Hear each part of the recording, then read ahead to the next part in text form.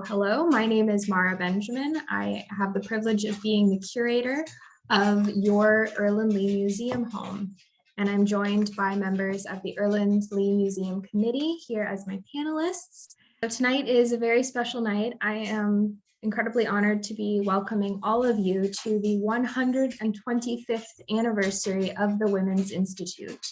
It was on this night, 125 years ago, that Adelaide Hunter Hoodless, Erland Lee, and Janet Chisholm Lee welcomed over 100 women from their community into Squires Hall to learn about what would become the Women's Institute. So thank you all so much for joining us this evening on this very special anniversary. We have over 100 women registered again tonight, which is always wonderful to see. Usually we do this in person. This year, we are able to do it virtually, which means we do have visitors from across the country and in fact, across the world. So as you come in, you can send a message in the chat and let us know where you're joining us from. I know I saw a few from the UK and from British Columbia. So welcome to all of you who are coming in from another time zone. It's very exciting. So a few housekeeping notes. As I mentioned, this is a webinar style meeting, which means that if you have registered as a regular attendee, you do not have a camera or a microphone at this time. Please excuse any noise you hear in my background as I talk. My dog is playing behind me, but I will be muted soon too. When we get to the section of the meeting where we will share our stories and poems and songs, you can type in the chat either to everyone or directly to myself or the panelists, and I will give you access to your microphone so that you can share those things with us. We will begin our program with greetings from FWIO, brought to you by our president, Michelle. After that, we will view a short video tour of the famed dining room where Janet Lee wrote the Constitution. And then we will test your WI knowledge with trivia. So I hope you all did some research and studied up on your Women's Institute history.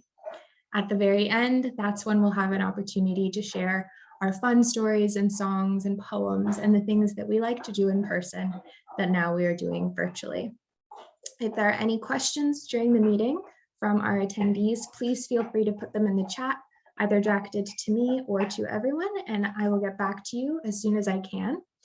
If you're not able to share what you had prepared for this evening because there are so many of us, please either put it in the chat or email me at erlandleemuseum@fwio.on.ca, and I will help you share it in another way. So without further ado, I will pass it over to our lovely president, Michelle. Thank you, Mara. Good evening, ladies, and welcome. Thank you all for joining us tonight as FWIO kicks off the 125th anniversary year with Tea at the Lee. As WI members, we are a wonderful, resilient sisterhood of women, and we have proven this resilience in the face of adversity many times throughout the years since our founding. Most recently, Zoom has been added to our tool belts, allowing us to converse within our branch, our districts, our areas, the province, and now the world. Erland, Janet, and Adelaide would be so proud of how far our organization has evolved over the past 125 years. FWIO has several events planned throughout the year, with this being our initial kickoff, celebrating with Tea at the Lee, followed up with a scavenger hunt, which is already underway. The first clue asks us to find a WI plaque, hall, or project in your area and snap a photo. Tell us where you found it and submit a short story about it. Even if you did not register a team, you can still join in the fun. Just grab a group of ladies, jump in your car, and go on an adventure. The Quilt Challenge Committee is planning a live award ceremony in the near future. Unfortunately, it was originally scheduled for today, but one of the members was unable to attend due to a sickness in the family. And so we are rescheduling it probably later next month. But in September, the week of the 20th to the 24th, come to the IPM in Kempville to see the winning quilts and say hi to the fellow WI ladies that are manning the FWIO booth at the event. 2022 also marks another important date for FWI. It's the 50th anniversary of the purchase of the Erland Lee home. So please come and join us at the Lee on June 25th to help us celebrate. Check out the FWIO website and follow our upcoming editions of the e-blast to find out more ways to share in the fun. We have an exciting year planned for you ladies. So come on out and join us. I'm a very proud member of the Great Sisterhood of the Women's Institute, and I'm so proud that you've all decided to join me tonight. Please enjoy the rest of your evening. Thank you. Thank you very much, Michelle.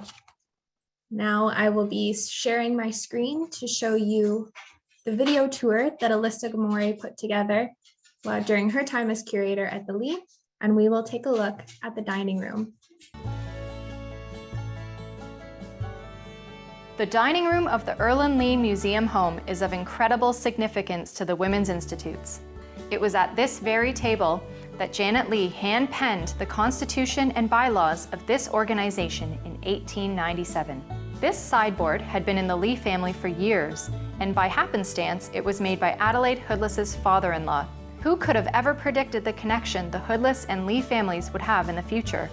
Adelaide Hoodless was the inspiration for the Women's Institutes worldwide. Having suffered the loss of her infant son due to what was perceived as summer complaint from drinking unpasteurized milk, she became a passionate advocate for the education of women in the domestic sciences. Erland Lee invited Adelaide to speak to Stony Creek women at the annual Farmers Institute Ladies' Night about her idea for a Women's Institute. The first meeting was held at Squires Hall on February 19, 1897. 101 women ventured out into the blizzard that evening to show their support. It was at this inaugural meeting that Christina Smith, wife of E.D. Smith, was chosen to become the first president of the Women's Institute. She was intelligent, capable, and held strong traditional views of the role a woman should play in the home. Shortly after the first meeting, several of the charter members, as well as their well-connected husbands, met at the Lee home to compose the Constitution and bylaws of the Women's Institute. This handwritten document remains largely unchanged well over a century later. The primary goal of the Women's Institute is educating women, with a strong focus on community service, and is exemplified by their motto, "For Home and Country." The Women's Institute is officially nonpartisan, but it is still a very powerful lobbying force. It was the first voice for women in Canadian government, having lobbied for health and safety issues pertaining to women, children, and the elderly. An early example of a WI initiative that affects our daily lives is the pasteurization of milk in 1938. Today, the Women's Institute is a global organization with millions of members in over 70 countries. And to think it all had its start in a dining room in Stony Creek. This was once an outbuilding and later the Lee family garage. Now it is the home to the Federated Women's Institutes of Ontario's provincial office. Staff inside are surrounded by the history of the WI as they work to maintain and grow the organization. Take home a memory of your visit to the Erland Lee Museum home by visiting the gift shop. Inside, you can find gift items that are handmade by WI members from across the province. The Erland Lee Museum home is situated on 1.9 acres of land, diligently maintained by staff and volunteers. Located in the backyard is a stone cairn which contains a time capsule from 1997, the centennial year of the Women's Institutes. It is set to be opened in 2047. The Erland Lee Museum home is a significant part of Canadian history and a one-of-a-kind location. An integral part of the founding of the Women's Institute, over 2 centuries of Stony Creek history is encapsulated within these walls and throughout the grounds. An educational and entertaining place for friends and family to visit. Make the Erland Lee Museum home a part of your next visit to Stony Creek. If any of you are in the area of the Erland Lee Museum, please pop by for a tour. We are currently open on Fridays and Saturdays from 11 a.m. to 4, but we also have Zoom tours available for anyone who is unable to make it in person. So I hope you were listening And I hope you've done some research because we're going into trivia. The trivia will be done using the polls. So we will launch that in just one moment. Question 1, what year did the Women's Institute start? If you can't see the poll, you can type it in the chat. Question 2, where did Adelaide Hunter Hoodless first address the women of Stony Creek? Question 3, who was the first president of the Women's Institute? That one was in the brief presentation on the dining room. Question 4, this one's a little trickier. Who was the first secretary of the first Women's Institute? Was it A, Margaret Nash, B, Janet Lee, C, Ursula McNeely, or D, Hannah Pettit? Question 5, who is credited for bringing the Women's Institute to England and the UK? Adelaide Hunter Hoodless, Madge Robertson Watt, Lucy Maud Montgomery, or Emily Ferguson Murphy? Question 6, to which WI branch does the Queen belong to? This is Queen Elizabeth II of England. Now this one's also tricky because a member of the royal family does belong to all 4 of these branches, but the Queen only belongs to one.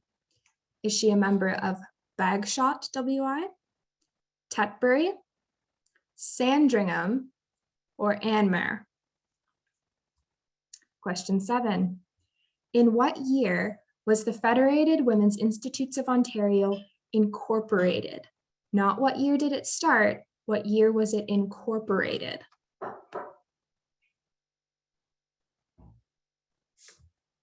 Question 8, under which act was the FWIO incorporated in the year referenced above?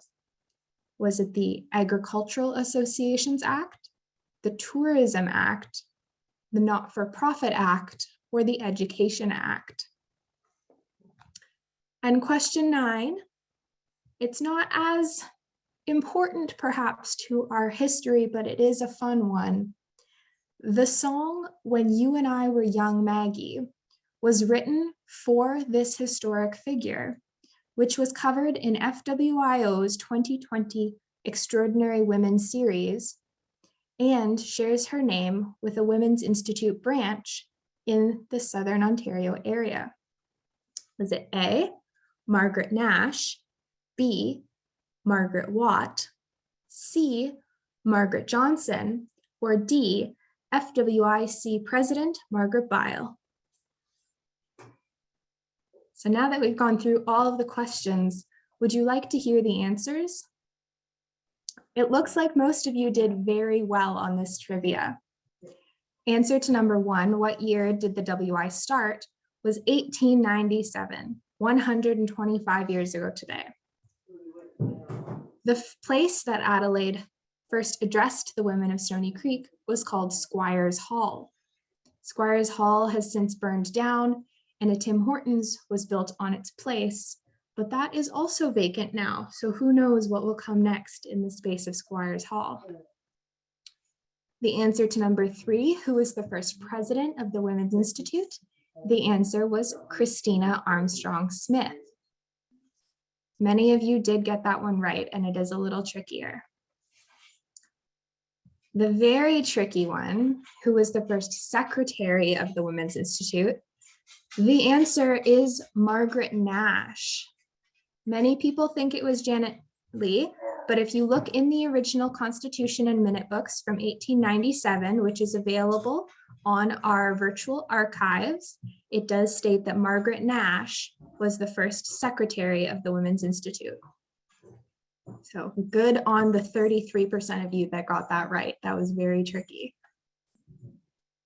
Question 5, who brought the WI to England? And a slight amendment, it actually came to Wales before it went to England. And that is thanks to Madge Robertson Watt. Question 6, which branch does the Queen of England belong to? And almost everyone got this one right. Congratulations. She is the president of the Sandringham branch. Question 7. In what year was FWIO incorporated? The answer to this is 1921. It was founded previously in 1919, but it was incorporated officially in 1921. And it was incorporated under the Agricultural Associations Act, which again, many of you got that right. Good on you. And the last question, which was a little bit of a silly one, but I thought it was fun. This song, When You and I Were Young, Maggie, who, for those of you who have been through the Lee recently, will see that the sheet music for this song is up on the organ in the parlor. This song was written for a young lady named Maggie Johnson. And there is a WI branch called Maggie Johnson WI. So congratulations. Quite a few of you got that one right. Congratulations to all of you. You did very good on this trivia. There is only one prize, and that is bragging rights. So now I'm going to open up the chat. So if anyone has a story, a song, or a poem, or anything that they would like to share, you may do so now. If any of the panelists have anything to share, you can just unmute yourselves and do that. But anyone else, you will need to message me in the chat, and I can allow your microphone to turn on. Hi, Mara, it's Marion. I'd just like to say that I'm the Secretary Treasurer of the Charter Branch, which of course is the first branch in Stony Creek. And I'm very pleased to do so. And then Shirley Froman, who's also on the panel, is the president. And so we invite you all to become members and join us on our Zoom meeting later this year. Thank you, Marianne. Shirley, yes. I just want to say how I became a WI member. One of our members, Judith Phillips, who, by the way, had a story in the Extraordinary Women's book, she invited me to the meeting. Now, my mother was an English war bride. I knew about the WI. I did not know they were here until I was, I don't know, in my 50s. So I went to this WI meeting and I thought, oh, walked in the room. There are about 20 ladies there. I would say about 8 of them were in their 80s. They were so vibrant, so interesting, so much fun. I thought, wow, I've got to become part of that organization so that when I get older, I'll still be vibrant and I'll have as much fun. And I've never regretted it since. And of course, as soon as I became involved with the Lee, I love it. And I kind of think of Janet Lee as my own grandmother. Thank you, Shirley. That's a wonderful story. Since this is such a special anniversary, does anyone else have any stories of what the WI means to them?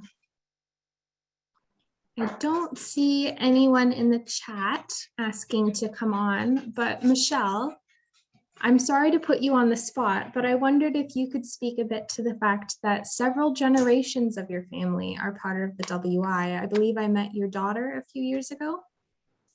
Yes. Yeah, my great-grandmother was a member. 2 of my great-grandmothers were members. Both of their branches have closed since, but back in 1961, my grandmother was approached to start my branch, which is Eaton Grove. About 10 years later, they expanded it to include the community of Cargill, which is only 1.25 miles down the road. So now it's called Eaton Grove Cargill.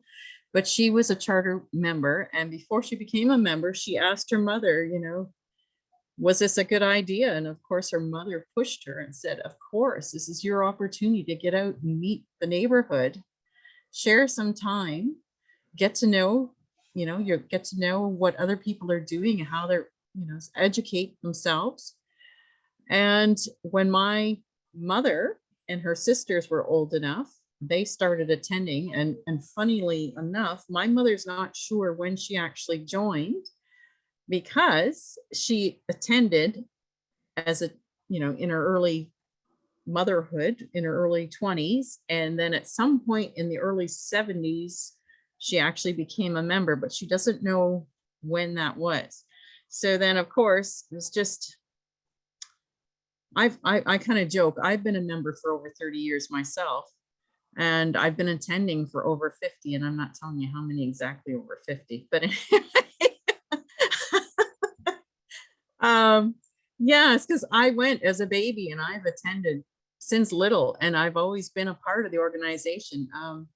I remember my first time being on stage, I was 8 years old, and I remember that because my mother made a special outfit that she learned how to make at one of the evenings that they did their educational programs.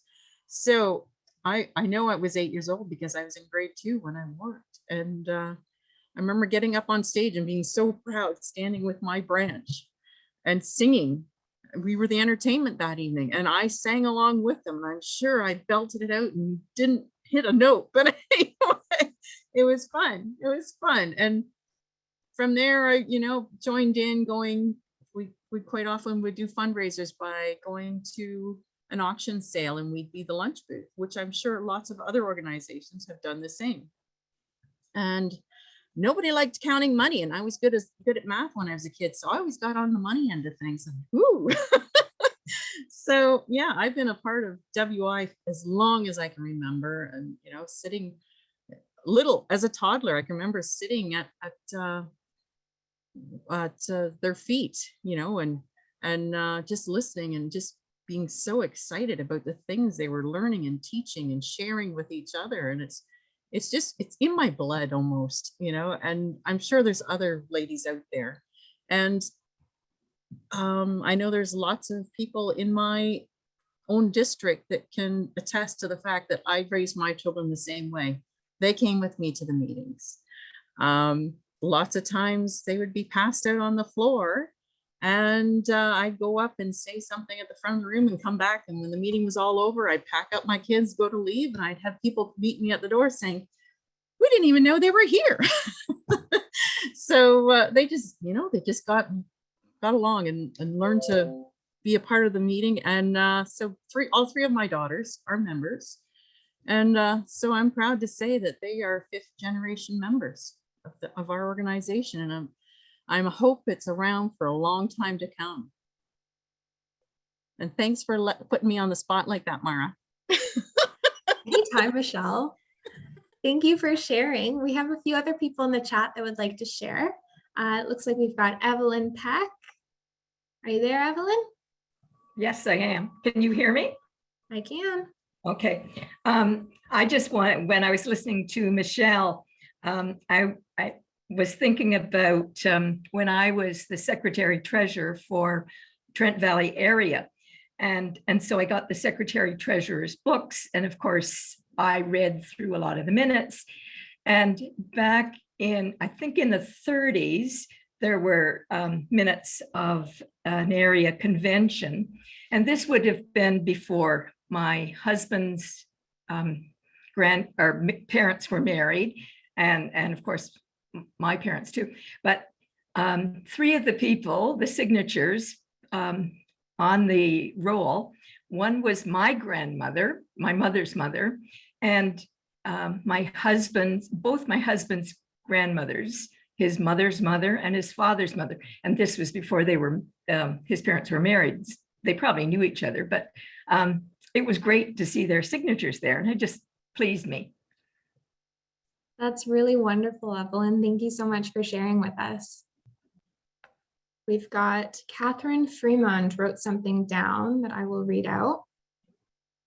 It says, 125 years ago, people who would never meet us, who had no idea what our lives would be like in 2022, met to plan an organization which would enhance and improve all our lives. Keep the vision alive, continue to educate, empower, advocate, so that in 2147, Those we will never meet will have lives enhanced and improved by us. That's really wonderful and beautifully said, Catherine. Thank you. So one from Marie Kenny says that one of my most cherished memories in being a WI member is that she was a national president and the national board, and she visited the Lee at the close of their board meeting, and she had the privilege to hold the actual Constitution. That's fantastic, Marie. And thanks to now FWIC President Margaret.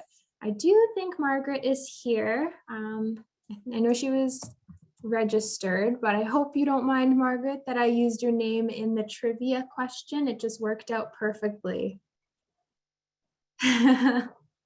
Margaret says that she remembers that visit well, and she does not mind being included in trivia. Thank you, Margaret.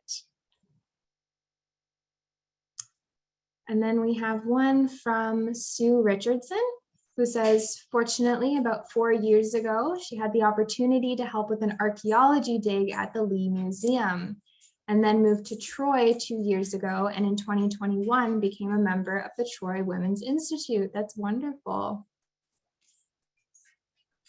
Lives not far away from the Adelaide Hoodless Homestead. If you haven't been to the Hoodless Homestead, you definitely have to check it out. It's a wonderful museum. Is there anyone else who would like to share anything with us tonight? Barb Stones, take it away. Yes, thank you, Mara. This is a great time. I forgot to get my Erlen Lee mug out of the cupboard, so I'm sorry about that. I meant to hold that up to show everyone. Anyway, since the Women's Institute was founded for education of women, I would like to encourage everyone across Ontario and Canada and women's institutes around the world to continue that concept. Now, every branch has some very talented ladies in it, and we would like to have them do the short courses that we used to have in Ontario. And that's one of the reasons I joined 45 years ago, was I was invited to learn, I think it was tailoring. And from my friend Swadesh, who's in British Columbia now. And she had the course at her house, and I thought, well, wow. So I met some lovely ladies and decided to join up. And there's been no looking back since then. So I would encourage everyone to source out somebody in your branch that can present a little course to your community. And then you could possibly get new members from that. And if not, you've still done a service to people who have come to take part in it. The other thing is, if you don't know how to do something, just Google it. It's all out there. I've learned many things to teach at Erlen Lee workshops by just Googling things. So, and I'm not technically literate, so I do have my problems, but I just, keep up the education, because there's so much out there and it does you a world of good, and you can pass it on to others. Thank you. Thank you, Barb. You raised such a wonderful point in that the WI was founded in part for education. So it's so important that we share the skills that we have. We are an organization of brilliant, amazing women, and every single one of us has something that we can share with the rest of us. So use your skills, share with others, and pass it on to the next generation. Is there anyone else who would like to share? Oh, Linda Hoy. It says, I too was a mother with young children who went to WI meetings from the time they were babies. The members welcomed them and looked forward to being there. I remember my days as FWIC president and had many visits to the Erlen Lee. I was there 5 years ago today with Margaret Bile as FWIO president. That's a wonderful memory. And I would like to point out one of our members that we recently lost, Edith Calling. I had a wonderful conversation with her some years ago about how her mother used to bring her in a car seat and just tuck her under the table at WI meetings. And she said WI is part of who she is. She's been going since she was a baby, and it was part of her life, and she really loved it. So it seems a lot of us started from the time we were kids. I got involved when I was 4 years old. My grandmother used to do the groundskeeping at the Lee, and the city had done some work on a road that damaged the front lawn. So she said, I've got the grandkids, come on over to the Lee. And that was the first time I ever learned about the Institute, as she and my great grandma called it.